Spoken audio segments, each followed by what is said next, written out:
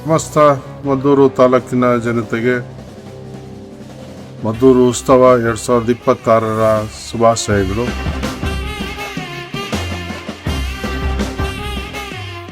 ಸಮಸ್ತ ಮದ್ದೂರಿನ ಜನತೆಗೆ ಮದ್ದೂರು ಉತ್ಸವದ ಶುಭಾಶಯಗಳು. ನಮ್ಮ ಮದ್ದೂರು ಉತ್ಸವ ನಡೀತಾ ಇದೆ. ಮೊದಲ ಬಾರಿಗೆ ಅತಿ ಅದ್ದೂರಿಯಾಗಿ ನಮ್ಮನ್ಯ MLA ಸಾಹೇಬರು ಒಂದು ಲೀಡರ್ಶಿಪ್ ಅಲ್ಲಿ ನಡೀತಾ ಇದೆ. ಆದ ಕಾರಣ ಎಲ್ಲ ಮದ್ದೂರಿನ ಜನತೆ ಭಾಗವಹಿಸಿ ಯಶಸ್ವಿಗೊಳಿಸಿ. ಹೆಮ್ಮೆಯ ತಾಣವಾದ ಮದ್ದೂರು ತನ್ನದೇ ಆದ ಸಮೃದ್ಧ ಸಂಸ್ಕೃತಿ, ಕೃಷಿ ವೈಭವದ ಮೂಲಕ ಜನರ ಏಕತೆಯಿಂದ ವಿಶಿಷ್ಟ ಸ್ಥಾನವನ್ನು ಪಡೆದುಕೊಂಡಿದೆ. ನಮ್ಮ ಮದ್ದೂರು ಸುತ್ತಮುತ್ತಲಿನ ಪ್ರಸಿದ್ಧ ಧಾರ್ಮಿಕ ಸ್ಥಳಗಳ ವಿಹಂಗಮ ನೋಟ ನಿಮಗಾಗಿ. ರಾಜ್ಯದ ರಾಜಧಾನಿ ಬೆಂಗಳೂರಿನಿಂದ ಜಿಲ್ಲಾ ಕೇಂದ್ರವಾದ ಮಂಡ್ಯಕ್ಕೆ ಬರುವಾಗ ಹೆಬ್ಬಾಗಿಲಿನಂತೆ ಹೆದ್ದಾರಿಯಲ್ಲಿ 80 ಕಿಲೋಮೀಟರ್ ಬಳಿ ತಾಲೂಕು ಕೇಂದ್ರವಾದ ಮದ್ದೂರು ಪಟ್ಟಣ ಕಾಣಿಸಿಕೊಳ್ಳುತ್ತದೆ. ಹೆದ್ದಾರಿಯ ಇಕ್ಕೆಲಗಳಲ್ಲಿ ತೆಂಗು, ಬಾಳೆ, ಭತ್ತದ ಸಮೃದ್ಧ ಹಸಿರು ತೋರಣದಂತೆ ಅಡ್ಡಲಾಗಿ ಹರಿಯುವ ಶಿಂಷಾ ನದಿ ಸ್ವಾತಂತ್ರ್ಯ ಸಂಗ್ರಾಮದಲ್ಲಿ ಐತಿಹಾಸಿಕವಾಗಿ ಮಹತ್ವದ ಪಾತ್ರ ವಹಿಸಿದ ಶಿವಪುರ ಧ್ವಜ ಸತ್ಯಾಗ್ರಹ ಸೌಧ ತಾಲೂಕಿಗೆ ಪ್ರವೇಶ ನೀಡುವಾಗ ಸ್ವಾಗತ ನೀಡುತ್ತದೆ. ಸ್ವತಂತ್ರ ಹೋರಾಟದ ಇತಿಹಾಸದಲ್ಲಿ ನಮ್ಮ ಧ್ವಜ ಸತ್ಯಾಗ್ರಹ ಸೌಧ ಒಂದು ಪ್ರಾಮುಖ್ಯತೆಯನ್ನು ಹೊಂದಿದೆ, ಮೈಲುಗಲ್ಲಾಗಿ ಇದೆ ಅಂತ ಹೇಳ್ಬೋದು. ಶಿಂಷಾ ನದಿ ತೀರದಲ್ಲಿರುವ ಈ ನಗರವನ್ನು ಅರ್ಜುನಪುರಿ, ಮರಂದೂರು, ಮದ್ದೂರು ಇತ್ಯಾದಿ ಹೆಸರುಗಳಿಂದ ಕರೆಯುತ್ತಿದ್ದರು. ಮದ್ದೂರಮ್ಮನ ದೇವಸ್ಥಾನ. ತೋಪಿನ ಮಧ್ಯೆ ಇರುವ ದೇವಸ್ಥಾನ ದೇವರು ತಾನಾಗಿ ಮೂಡಿರುವುದೆಂಬ ನಂಬಿಕೆ ಇದೆ. ದೇವಸ್ಥಾನದಲ್ಲಿ 7 ಕಲ್ಲುಗಳ ಸಾಲಿದೆ. ಮಧ್ಯ ಇರುವುದು ಶ್ರೀ ಮದ್ದೂರಮ್ಮನೆಂದು, ಉಳಿದವು ಆಕೆಯ ಅಕ್ಕ ತಂಗಿಯರೆಂಬ ಪ್ರತೀತಿ ಇದೆ. ಈ ತಾಯಿ ಸಪ್ತ ಮಾತೃಕೆಯರಲ್ಲಿ ಒಬ್ಬಳು ಎಂಬುದಾಗಿ ಕೆಲವರು ಹೇಳುತ್ತಾರೆ. ಮದ್ದೂರಮ್ಮ ಇಲ್ಲಿ ನೆಲೆಗೊಂಡಿರುವುದರಿಂದ ಮದ್ದೂರು ಎಂಬ ಹೆಸರು ಬಂದಿದೆ ಎಂದು ತಿಳಿದುಬರುತ್ತದೆ. ಮೊದಲನೆಯದಾಗಿ ನಿಮ್ಮೆಲ್ಲರಿಗೂ ಚಿರಪರಿಚಿತವಾಗಿರುವ ಐತಿಹಾಸಿಕ ನರಸಿಂಹಸ್ವಾಮಿ ದೇವಸ್ಥಾನದ ವಿಹಂಗಮ ನೋಟ ತಮಗಾಗಿ. ಮದ್ದೂರು ಪಟ್ಟಣದಲ್ಲಿರುವ ಪ್ರಸಿದ್ಧ ದೇವಾಲಯ ನರಸಿಂಹಸ್ವಾಮಿಯನ್ನ ಉಗ್ರ ನರಸಿಂಹಸ್ವಾಮಿ ಎಂದು ಕರೆಯುತ್ತಾರೆ. ಪೂರ್ವಾಭಿಮುಖವಾಗಿರುವ ದೇವಾಲಯ ಹೊಯ್ಸಳರ ವಾಸ್ತುಶಿಲ್ಪಕ್ಕೆ ಸೇರಿದೆ.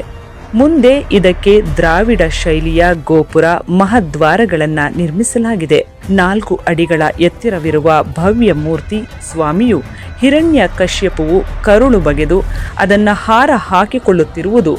ಎಡಬಲಗಳಲ್ಲಿ ಪ್ರಹ್ಲಾದ, ಗರುಡ ವಿಗ್ರಹಗಳಿವೆ. ಈ ದೇವಾಲಯದಲ್ಲಿ ಶ್ರೀರಾಮ, ಲಕ್ಷ್ಮಣ, ಸೀತೆ, ಆಂಜನೇಯರ ಭವ್ಯ ಮೂರ್ತಿಗಳಿವೆ. ದೇವಾಲಯದ ದ್ವಾರ ಗೋಪುರ ಬಹಳ ಎತ್ತರವಾಗಿದ್ದು ನೋಡಲು ನಯನ ಮನೋಹರವಾಗಿದೆ.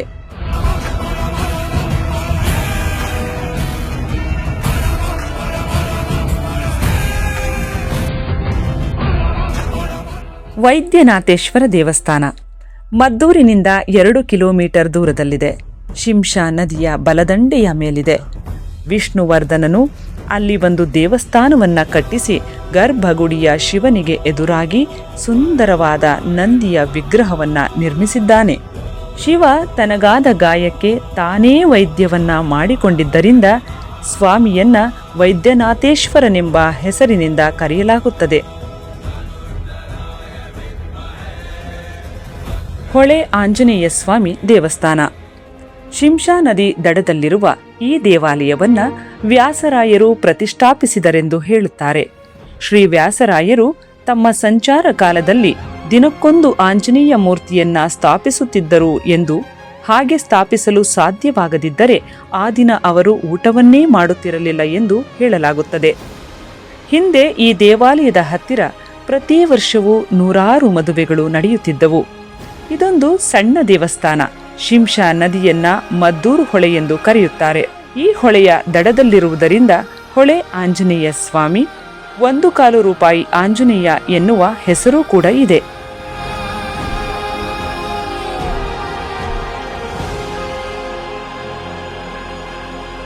ಶ್ರೀ ಕಾಶಿ ವಿಶ್ವೇಶ್ವರ ಸ್ವಾಮಿ ದೇವಾಲಯ. ಗಂಗರ ಕಾಲದಲ್ಲಿ ನಿರ್ಮಾಣವಾದ ಈ ದೇವಾಲಯ ಈಗಿರುವ ಕಡೆ ಇರಲಿಲ್ಲವೆಂದು ತಿಳಿದುಬರುತ್ತದೆ. ಜೀರ್ಣಾವಸ್ಥೆಯಲ್ಲಿದ್ದ ದೇವಸ್ಥಾನ ಜೋಡಿದಾರ್ ಶ್ರೀ ನರಸಿಂಹಮೂರ್ತಿರಾಯರು ಕೊಟ್ಟಿರುವ ಈಗಿನ ಜಾಗದಲ್ಲಿ ಭಕ್ತಾದಿಗಳ ಸಹಾಯದಿಂದ ನರಸಿಂಹ ಜೋಯಿಸರು ನಿರ್ಮಿಸಿದರೆಂದು ತಿಳಿದುಬರುತ್ತದೆ. ಈ ದೇವಸ್ಥಾನದ ಆವರಣದಲ್ಲಿ ಶ್ರೀ ಕೋಟೆ ಗಣಪತಿ ದೇವಸ್ಥಾನವಿದೆ. ದೇವಸ್ಥಾನದ ಪಕ್ಕದಲ್ಲಿ ವ್ಯಾಖ್ಯಾನ ಮಂಟಪವಿದೆ.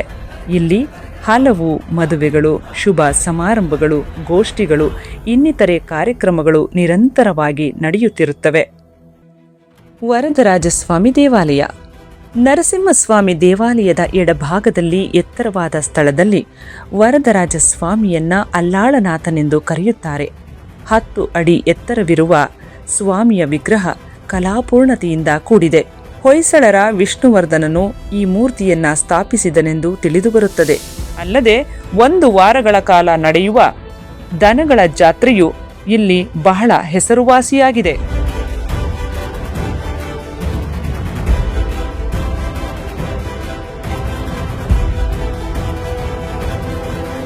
ಇನ್ನು ಮದ್ದೂರಿನ ವಡೆಯ ಮೂಲಕ ರಾಷ್ಟ್ರೀಯ ಮನ್ನಣೆಯನ್ನ ತಂದುಕೊಟ್ಟು ಜನಮಾನಸದಲ್ಲಿ ವಡೆಯ ರುಚಿಯನ್ನ ತಲುಪಿಸುತ್ತಿರುವ ಮದ್ದೂರು ರೈಲ್ವೆ ನಿಲ್ದಾಣ ವಿಶ್ವಪ್ರಸಿದ್ಧವಾದ ಮದ್ದೂರು ವಡೆ ಉದಯಿಸಿದ ಸ್ಥಳ.